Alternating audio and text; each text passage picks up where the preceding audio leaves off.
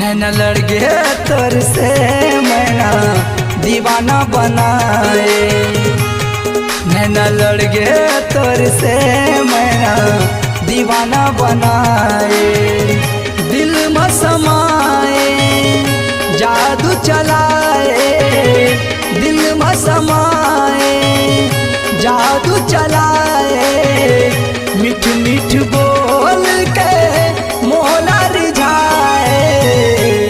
नैना लड़ गए तोर से गुड़िया दीवानी बनाए।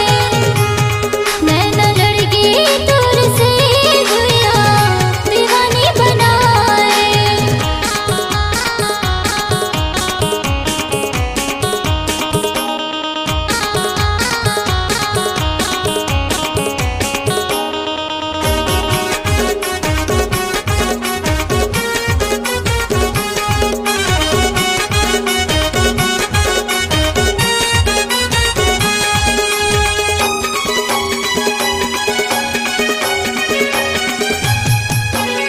चंदा जैसे तोर चेहरा आँखें मजूलत रहते वो।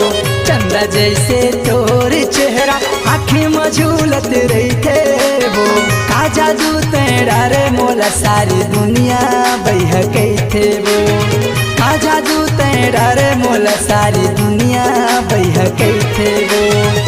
दिल में समाए जादू चलाए, दिल में समाए जादू चलाए। मिठ मिठ बोल के मोहला रिझाए। नैना लड़ गए तोर से गुड़िया दीवानी बनाए। नैना लड़ गए तोर से गुड़िया दीवानी बनाए।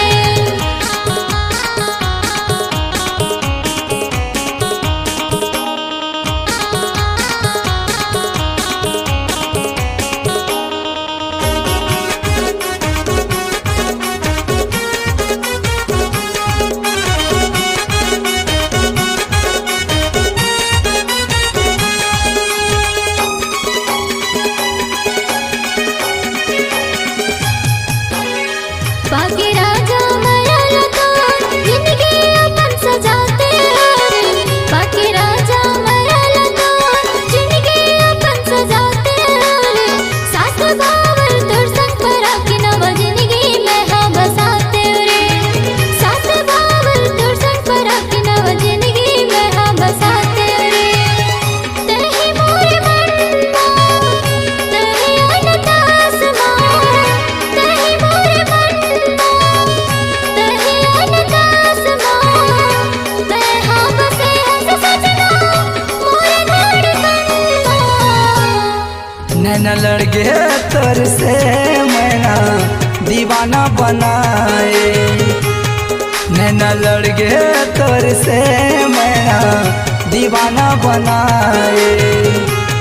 नैना लड़ गए तोर से गुड़िया दीवानी बनाए। नैना लड़ गए तोर से मैना दीवाना बनाए। दीवानी बनाए।